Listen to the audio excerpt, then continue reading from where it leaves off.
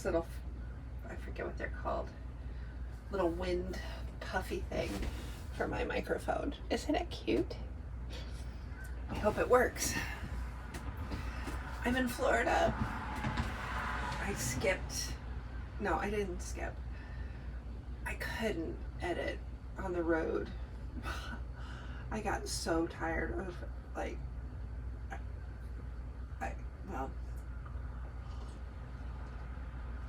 I got so like unable to do everything, like drive, eat, clean up, bathe, hang out with friends, film, and then also edit. So I had to let it go.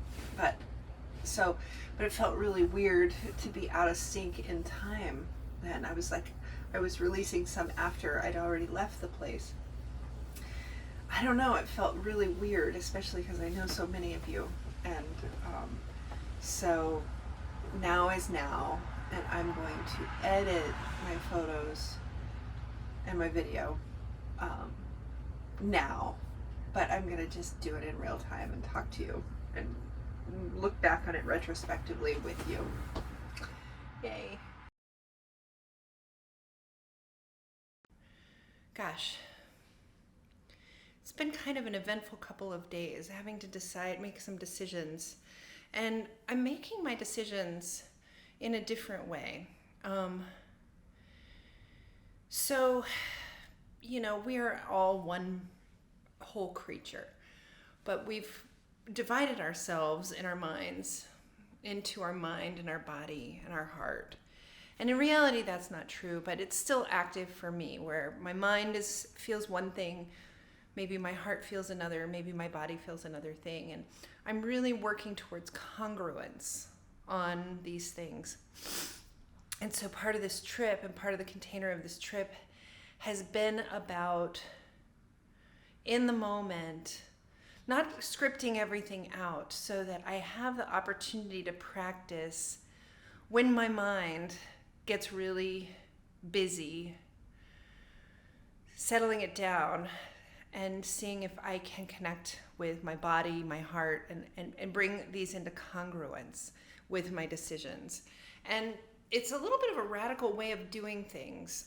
It's not typical. Like, all of us are sort of used to being up in our heads with all of the monkeys chattering in our heads, and sometimes there's even monkeys on monkeys. Like, we chatter about things, and then our minds chatter about things, and then they chatter about the chattering, and it's just sort of ceaseless. But it's nothing to really be paid that much attention to. And but this trip has been a lot about practice for me in connecting with my body, connecting with in decisions where I have to go one way, I have to go another, and what way do I go, and what do I listen to? And one of the things that I have noticed, and I noticed this before, but it's been especially apparent on this trip, is that when I'm feeling anxiety, when I'm feeling that there is a disconnect between what the mind is thinking I should do versus some other intuitive knowing, and those are not in agreement with each other, and I have to slow down and I have to take the time to go, okay, what is it here? What's happening? And allow myself the time to slow and catch up and feel my way through it. And it's not easy practice, actually. It's pretty hard sometimes. And it can be, right now, like, I just had a fairly unpleasant experience with this. And then sometimes it can be even more challenging when other people's minds come into this and really sort of pile on to it, which is not a big deal. It's just the human condition and how we all are. But this is my practice right now, and this is what I'm doing. And so I've noticed that when things come into congruence, when I make decisions that feel right in my body, and I bring my mind along with that, then things settle down up here a bit. And this is a part of me exploring what are right actions to take? Like, what are the things that are really true for me and really authentic for me? And you know, we have a lot of programming that goes on up here that separates ourselves from our deeper knowing. And so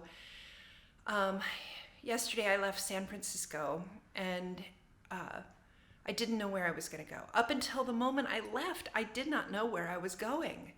And it was really unpleasant. Those moments were really unpleasant for me. So I'm in the middle of nowhere at a Motel 6, but I know where I'm headed now.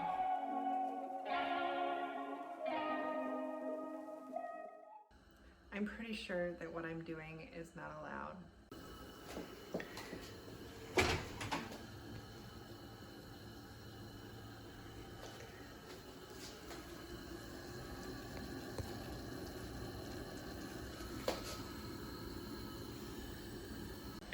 So I actually watched my friend Rick do this when we were, in Whidbey Island, because the power was out. And so this is how we made all our food. So I know that it's safe to do this. Oh gosh, this has been quite an experience. So cute, Dad. Please give him a lot. There's my dinner. Honestly, all they had was McDonald's. Burger King nearby. Actually, there was more stuff, but I just didn't want fast food.